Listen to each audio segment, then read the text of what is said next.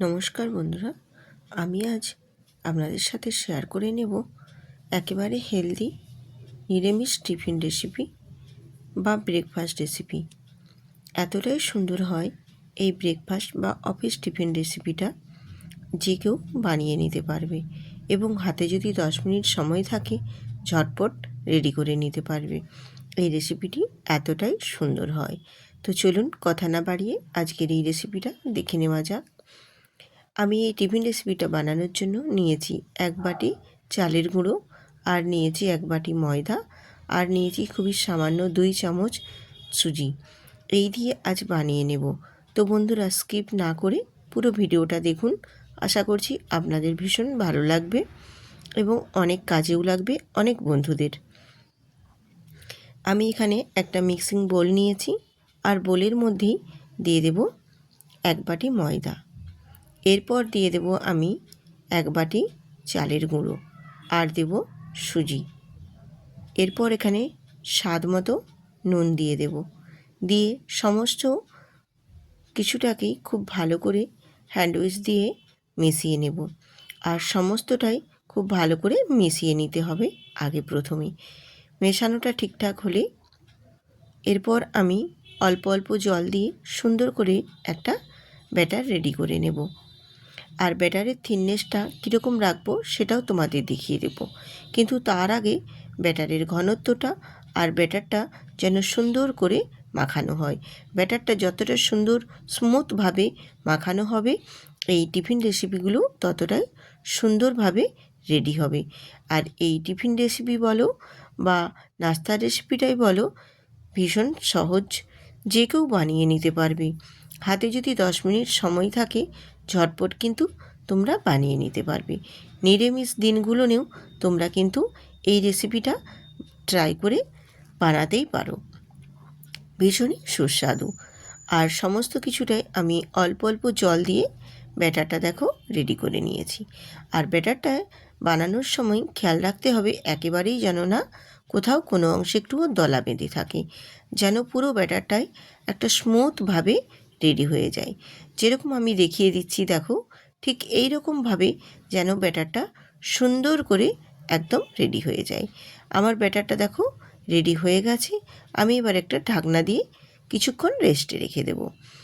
ব্যাটারটা রেস্টে থাকতে থাকতেই আমি ব্যাটারের সাথে সঙ্গে টিফিন রেসিপির সঙ্গে যে চাটনিটা ব্যবহার করছি সেই চাটনিটা এখানে তৈরি করে নেব।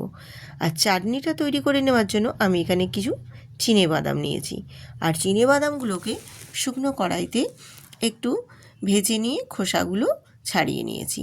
এরপর এখানে আমি 3টে দিয়েছি কাঁচা লঙ্কা, আর দিয়েছি 4-5 টুকরো আদা, একটা টমেটো, আর দিয়ে দেব কিছু ধনেপাতা কুচি।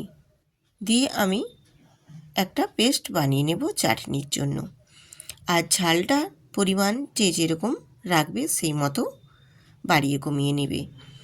আমি 3টে দিয়েছি, 3টেই এনাফ, কারণ এই লঙ্কাগুলো নিয়ে ভীষণ ঝাল আছে। আর আমি চাটনিটা দেখো বানিয়ে নিয়েছি। এরপর চাটনির মধ্যে দিয়ে দেব স্বাদ মতো নুন, আর সামান্য অল্প একটু চিনি, স্বাদটার ব্যালেন্স ঠিকঠাক রাখার জন্য।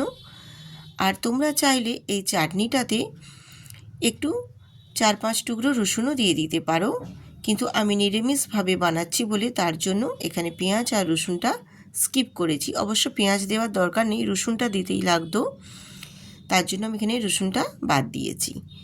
এরপর চাটনিটা আরেকটু চটপটা বানিয়ে নেওয়ার জন্য আমি একটু তড়কা বানিয়ে নেব। আর তড়কাটা বানানোর জন্য আমি এখানে গ্যাসে একটা তড়কা প্যান বসিয়ে দিয়ে দিয়েছি সর্ষের তেল। আর সর্ষের তেলের মধ্যে দিয়েছি 1/2 চামচ গোটা জিরে, আর দিয়েছি রাই সর্ষে, একটা শুকনো লঙ্কা, কয়েকটা কারি পাতা দিয়ে তড়কাটা রেডি করে নেব। যখনই দেখবেন ফটফট করে ফেটে আসছে তখনই গ্যাসটা অফ করে তড়কাটা রেডি করে নেব। তড়কাটা মোটামুটি রেডি হয়ে গেছে। এবার আমি ওই চাটনির ওপরে দিয়ে দেব। সুন্দর করে এই চাটনির ওপরে দিয়ে দিলে চাটনিটার চটপটা ভাবটা আরোই বেশ সুন্দর করে বাড়িয়ে তুলি। এতটাই এই চাটনির তখন স্বাদটা সুন্দর আসে, চাটনির ফ্লেভারটাও তখন কিন্তু ভীষণ সুন্দর আসে, আরও চটপটা করে তোলে এই তড়কাটা দেবার ফলে। তড়কাটা আমার রেডি হয়ে গেছে। তড়কাটা এক সাইডে আমি চাটনিটা এক সাইডে রেখে দিয়ে এরপর আমি এখানে তোমাদের ব্যাটারের থিকনেসটা দেখিয়ে দিচ্ছি।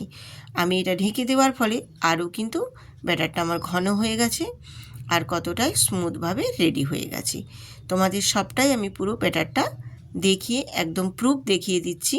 দেখো ব্যাটারের ঘনত্বটা কীরকম রেখেছি। ঠিক এইভাবেই ব্যাটারের ঘনত্বটা রাখতে হবে, তাহলে এই টিফিন রেসিপি বলো নাস্তার রেসিপিটা বলো বেশ সুন্দর করে তৈরি হবে। এরপর আমি ব্যাটারের মধ্যে দিয়ে দিলাম 1/2 চামচ বেকিং পাউডার। দিয়ে বেকিং পাউডারটা খুব ভালো করে কিন্তু গুলিয়ে মিশিয়ে নিতে হবে পুরো ব্যাটারটার মধ্যে, যাতে একটুও কোথাও অংশ যেন না একটু দলা বেঁধে থাকে, সম্পূর্ণটাই খুব ভালো করে মিশে যায় সেটা খেয়াল রাখতে হবে। মোটামুটি ব্যাটারটা আমার একদম পারফেক্টভাবে রেডি হয়ে গেছে। এরপর আমি একটা গ্যাসে তাওয়া বসিয়ে দিয়েছি, দিয়ে হালকা করে উপর থেকে একটু তেল ব্রাশ করে দেব।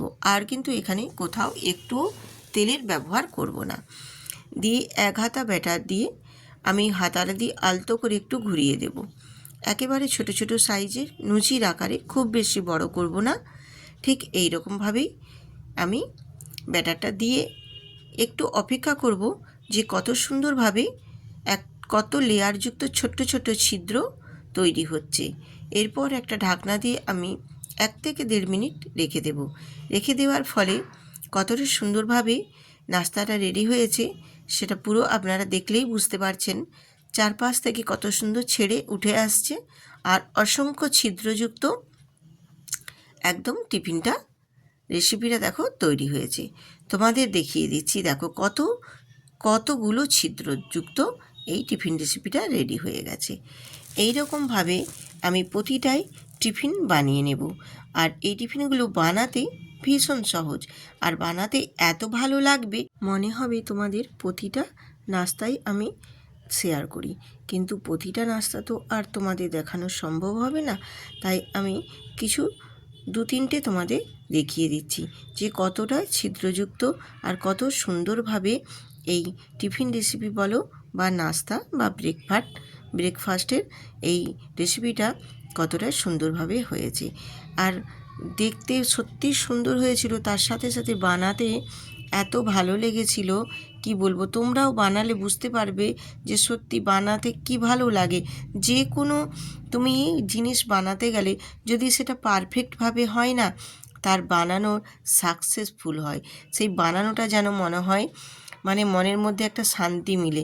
এতটা সুন্দরভাবে সব যে কোনো রেসিপি বানানোর আগে যদি কমপ্লিট হয়, ঠিক মতো মেজারমেন্ট সহ যদি সমস্ত কিছু ঠিকঠাকভাবে যে কোনো রেসিপি তুমি তৈরি করো, সেই রেসিপি কিন্তু পারফেক্টভাবে তৈরি হতে বাধ্য, কারণ তার মেজারমেন্টটা সমস্ত কিছু একদম পারফেক্টভাবে। তো এই রকমভাবেই দেখো আমি প্রতিটা নাস্তাই তোমাদের রেডি করে বানিয়ে দেখাচ্ছি আর প্রতিটাই কত ছিদ্রযুক্ত হয়েছে। আর সমস্তটাই আমি বানিয়ে নিয়ে তারপর তোমাদের সাথে শেয়ার করেছি, দেখতে কতটাই সুন্দর হয়েছে।